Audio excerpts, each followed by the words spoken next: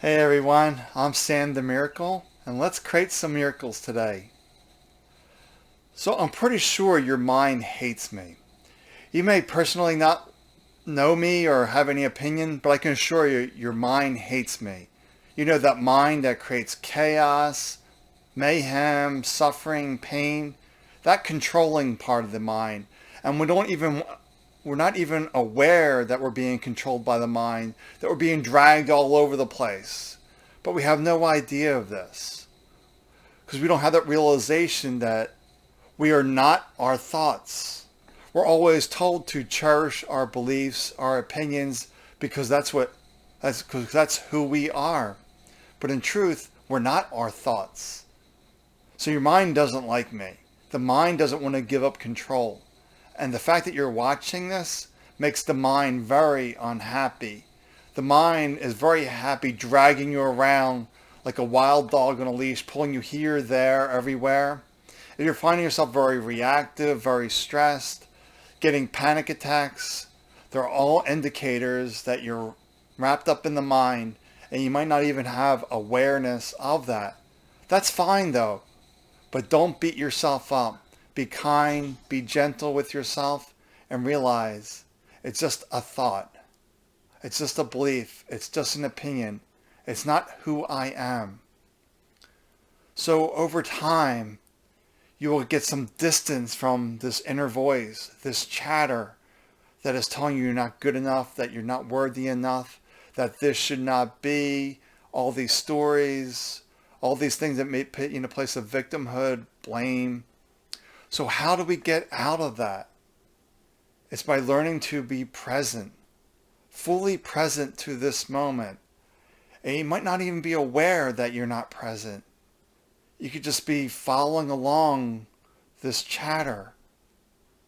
But you know you're present when you can feel your feet on the ground and feel that. Or maybe you're holding a computer mouse and you fully feel that in your fingers.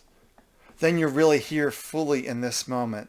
Because the mind's either up here in the story or engaged in this moment. I know I've had many times in the past when I used to drive a lot to and from work. Lots of times I would have no idea how I got to work or where 5 miles went. It's just like I sort of went into this ethers. I went someplace else. Because the subconscious knows how to drive and can even react and respond to things that come. But you can be so lost up in here.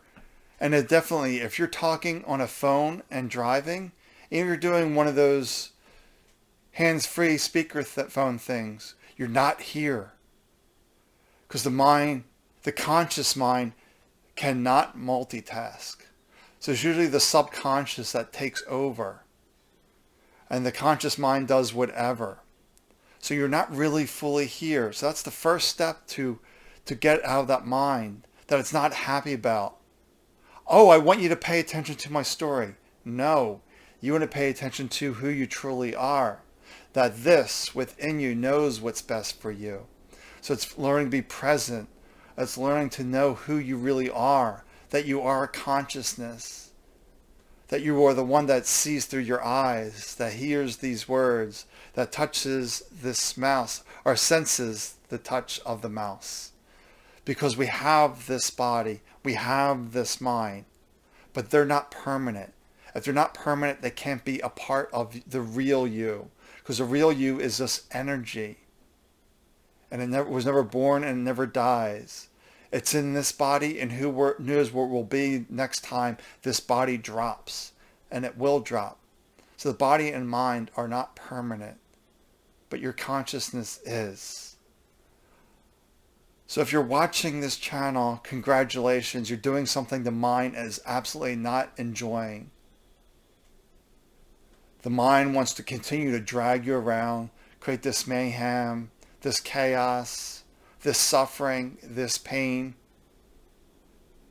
Because the mind likes to stay in control. But you deserve better than what the mind demands.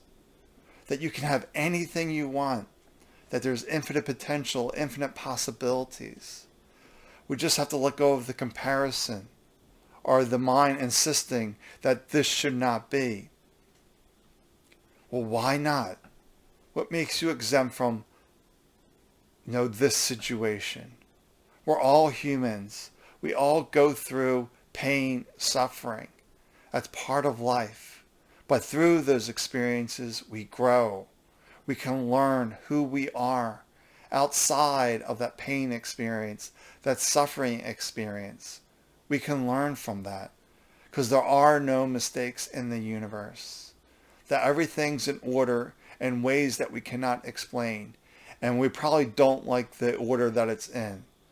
But the order that it's in is there for our maximum growth. The maximum growth of yourself and society. That we're all part of this one collective. All right.